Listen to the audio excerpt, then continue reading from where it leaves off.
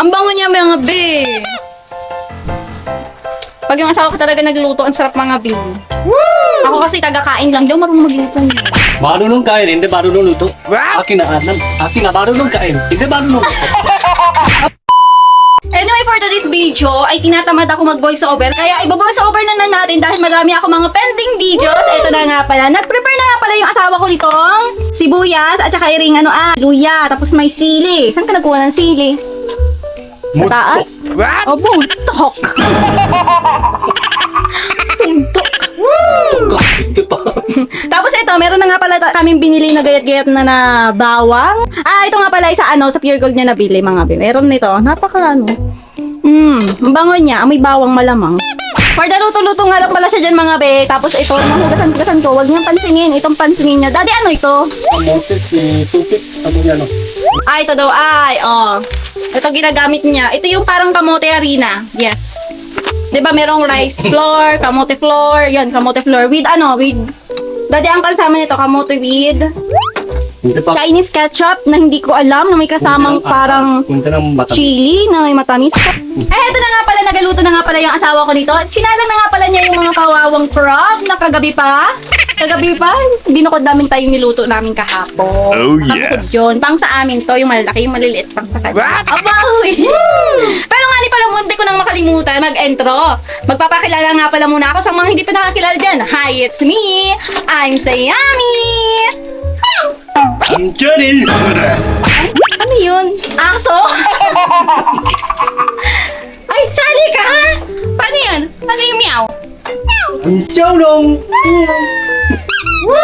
Siya, mga be. Siyempre, ganun lang naman ang pagluluto nun, di ba? Mga kinulang kami, itong hapunan namin. Anong lasa? Masarap? Ano yan? Akong titikim? Kulang! Ano? Anghang! Anghang? Yes. Anghang, mamaya pa. At wala akong matikman na maanghang. Ito anghang ah. Piyukod din. Ay, white pepper to eh. Para ding ano din to, yung paminta. Paminta, yan. Paminta ka, be. Sa mapi ah. Masarap yun. Huwag ka na magsama ng beer at makakain malasing. Sayang ang kinain ni Sayami pag nag-beer. Bakoy. Chinese toy sauce. Chinese vinegar. Ito. Lalagay mo din? Mamaya pa? Excited ako. Sorry na. Bakit tuwing mag-vlog ako, lagi kong inaayos yung bangs ko? Ano mga... Pangit. Maganda ba ako? What? Maganda ba ako? Oh, no! Maganda! Hindi. Sobrang ganda. Nag-comment ka nga sa post ko. Tapos sabi mo, I'm so beautiful. Tapos ngayon, tinatanong ko, haggard ako, hindi. Ang sarap sa pakiramdam kapag asawa mo ang nagluluto ng kakainin mo. Diba nga, girls? Diba, girls? Kaya dapat ang mga lalaki talaga yung nagaluto. Ano, hindi lang kami mga babae. Oh, yeah.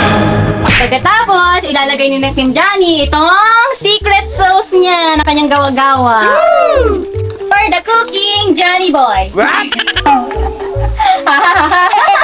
Ganda, kulay lang. Ay, kaya nga masarap na yung magandang kulay. Huwag nakakadamihan yan. Okay na.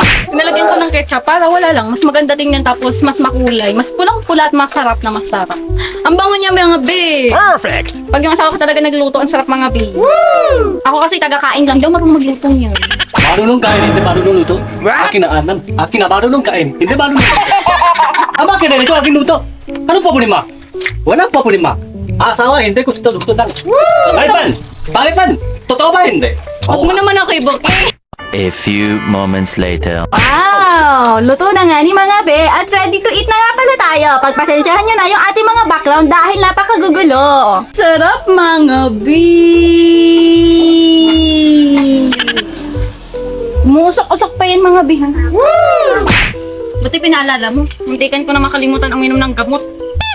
So, ayan mga be, luto na. And for the mukbang na nga ni pala tayo this time. Oh, yes. Kakamay tayo, hindi tayo mahihiyang maglamon ngayon.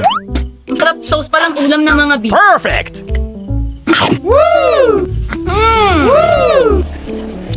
Don't forget to like and follow, share. Dito lang sa akin, Sayami Vlog. Bye-bye, galamon muna ako.